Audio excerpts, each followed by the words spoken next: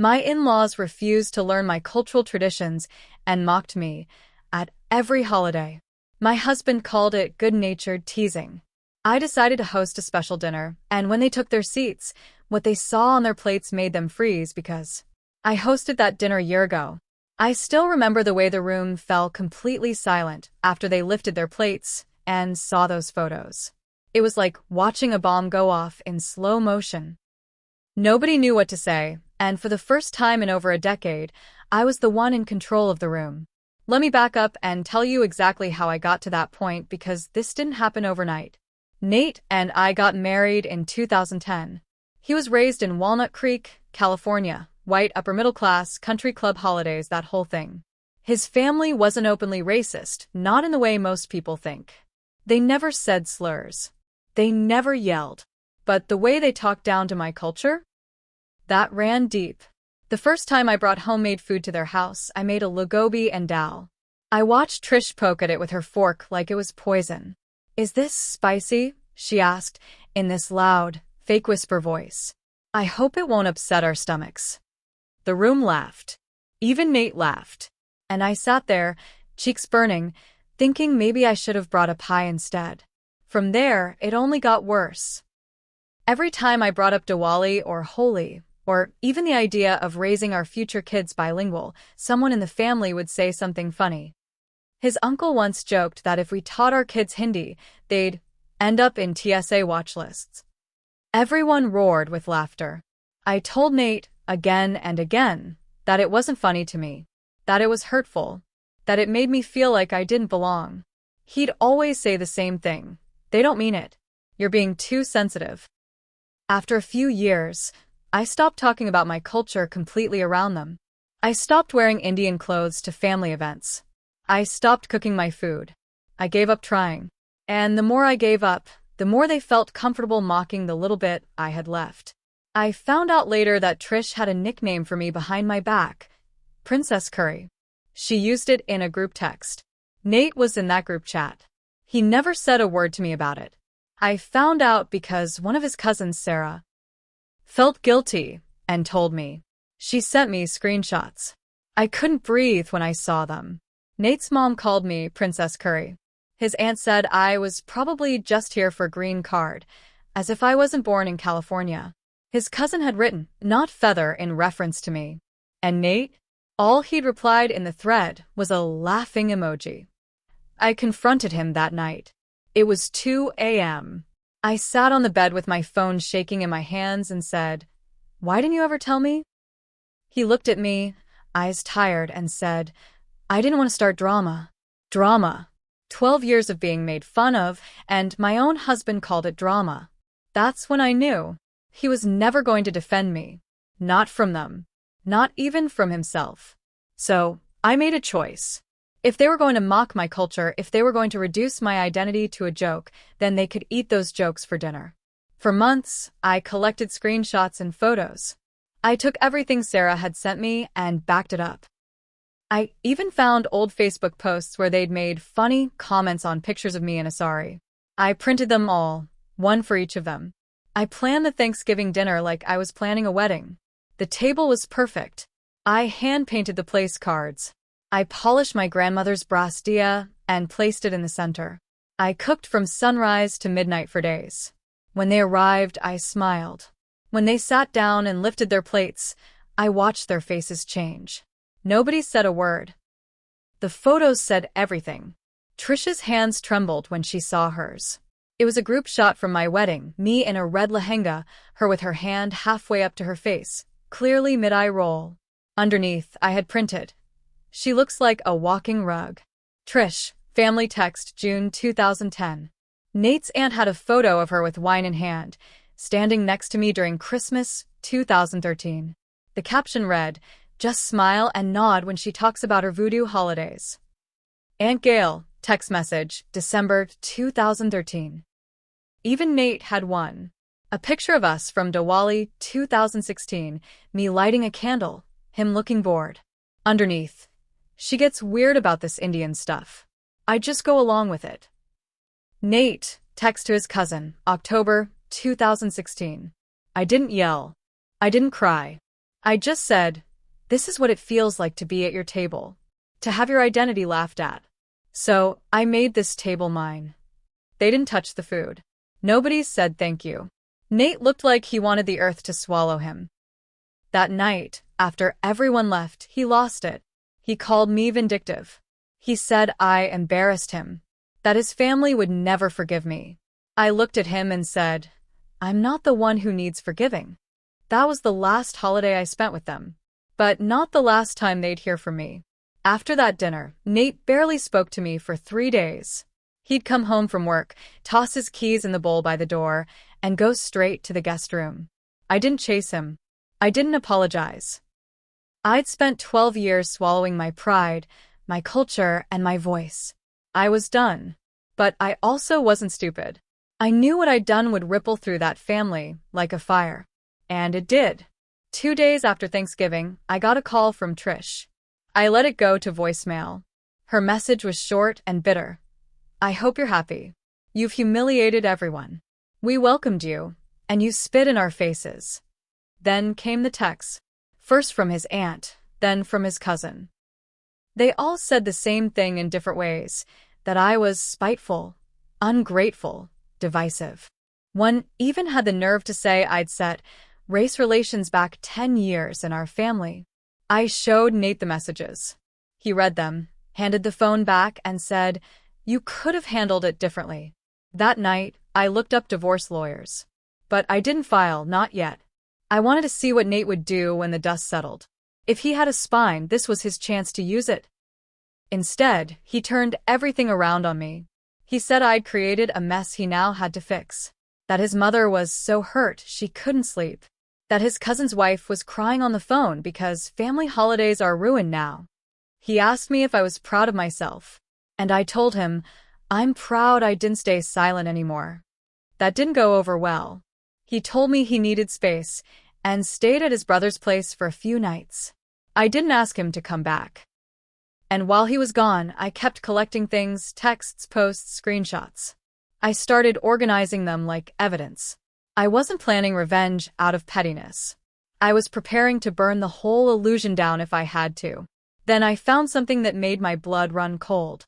I was cleaning out Nate's old laptop. He'd left it on the kitchen counter, said he didn't need it anymore. I was going to donate it. But when I opened it, it auto-logged into an old email account. And that's where I found the emails. Between him and his mom. She'd been emailing him since before we were even married, saying things like, "Are you sure about this girl? She's not really one of us. Think about how this will look to your boss." And worse, I looked up her family's address. The neighborhood's not great.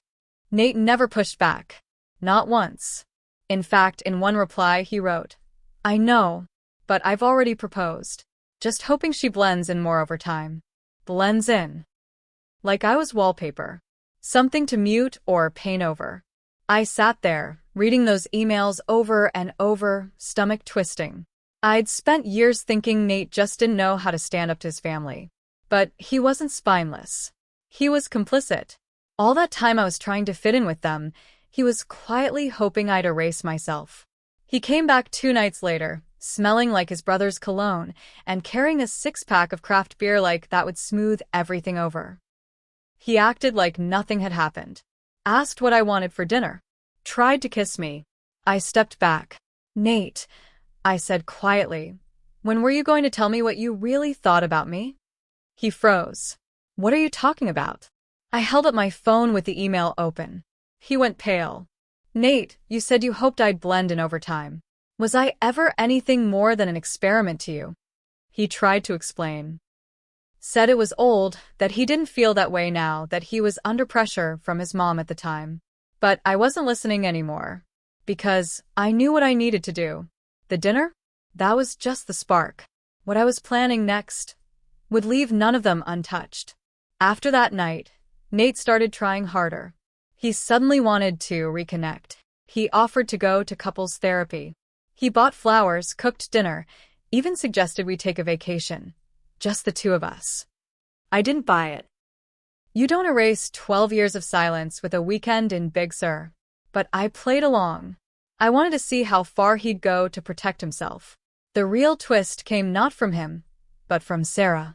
Sarah, the cousin who had sent me the screenshots originally, texted me out of the blue one morning.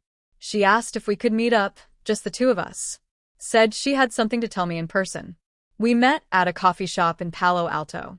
She looked nervous, like she didn't want to be seen.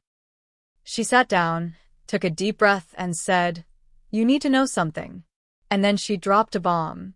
"I think your in-laws are planning to paint you as unstable." I blinked. What? She pulled out her phone and showed me messages from a new group chat she'd been added to by accident. Apparently Trish had meant to create a group of trusted family only and didn't realize Sarah was included. In it, Trish wrote, "We need to be smart about this. She's clearly having some kind of emotional breakdown. If Nate wants custody when they split, we need documentation." Someone else replied, "Start keeping records. Dates, behavior. The dinner thing helps our case." Nate had replied with a single message, "Agreed. I'll handle it from here." I stared at the screen in silence. Sarah leaned in. "I don't know what their endgame is, but if they're trying to build a custody case, you need to be careful. I didn't even have kids yet. We'd been trying for a year, without success. Now I saw why he was suddenly so eager to play house again. He didn't want to fix our marriage. He wanted to trap me in it long enough to make me look unstable. When I got home that night, Nate was on the couch, scrolling through his phone like everything was normal. I asked, "So, are you still hoping I'll blend in over time, or is that phase over?" He looked up. "Can we not do this again tonight?" I walked straight into the office, pulled out a flash drive, and dropped it on the coffee table. "What's this?" he asked. "Insurance," I said. "In case you or your mother keep trying to build a fake case against me." He laughed nervously. "What are you talking about?"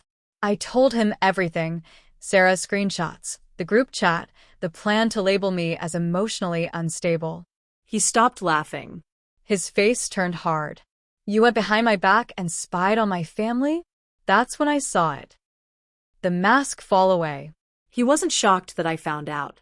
He was mad that I had something to use against him. He stood up, hands shaking. "You think you can just threaten me?" I didn't raise my voice. I just said, "I'm not threatening you. I'm reminding you that I'm not the one who should be scared." He stormed out that night. I didn't follow him. Instead, I called a lawyer the next morning. But I wasn't done. Because if they wanted to play dirty, if they wanted to build a story about me being unstable, I was going to show them what real damage looked like. And this time, it wasn't going to be quiet. I didn't file for divorce right away. I waited. I spent the next 2 months building a case the way a lawyer would. I printed every text, every email, every screenshot Sarah had sent me. I recorded a few of Nate's phone calls too. He never noticed I left my phone face down but recording when he ranted. I had one goal: make it impossible for him to twist the story. He thought he was setting me up. He didn't realize I'd already set the trap. While he was busy trying to get his family back on his side, I quietly met with a divorce attorney. A good one. I showed her everything: years of emotional abuse, cultural mockery, evidence of manipulation, and the attempt to paint me unstable. She read through it all and said, "You're not just walking away. You're walking out ahead." Nate came back one weekend with a smile and a fake sense of calm.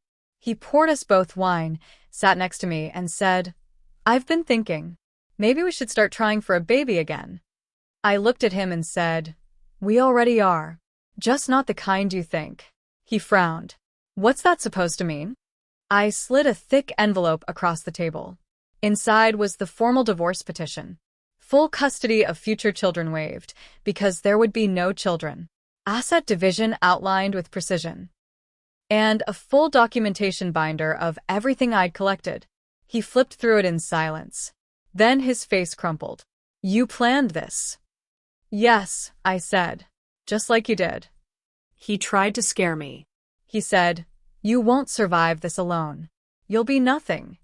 I looked him in the eye and said, "I was nothing when I let you shrink me." He moved out that night. I didn't cry. But I didn't stop there. I sent the full binder, photos, quotes, emails, and all, to every single member of his extended family. No commentary. Just facts. Their own words. Their own faces. A decade of quiet racism and cruelty laid bare. I posted a full account to a private Facebook group for Bay Area South Asian women.